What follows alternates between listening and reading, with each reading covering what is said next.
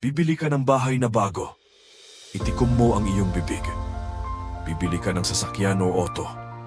Itikom mo ang iyong bibig. Tataas daw ang sweldo. Itikom mo ang iyong bibig. Mapro-promote sa trabaho. Itikom mo ang iyong bibig.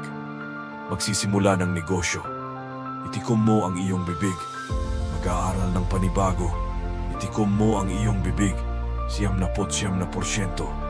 Ang dahilan kung ba't ang ating mga plano ay nabibitin pa at di nagkakatotoo kahit matutupad na sana ang mga ito ay dahil sinasabi natin ng maaga sa maling tao.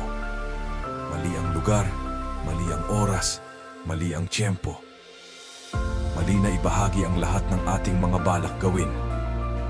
Lalo sa mga taong nagsasabi na kaibigan daw natin. Lagi mong tandaan na ang inggit ay sapat na pagkain para ikaw ay kanilang paulit-ulit na siraan at sirain.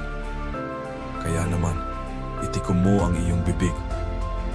Karamihan sa ating mga kaibigan ay di tunay.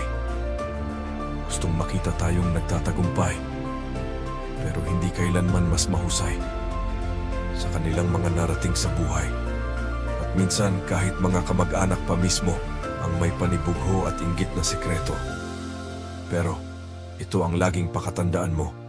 Di mapipigilan ang laan ng Diyos para sa iyo. At kung nakaabot ka pa sa yugtong ito, kabilang ka sa katiting na porsyento ng mga taong tinatapos ang kanilang nasimulang plano. At kung nais mong mabago ang iyong mga pananaw, siguraduhin mong samahan kami sa aming alaw. Suportahan mo sana ang page ni Tatanglaw na ang layunin ay makapagbigay ng tanglaw. Maraming salamat po.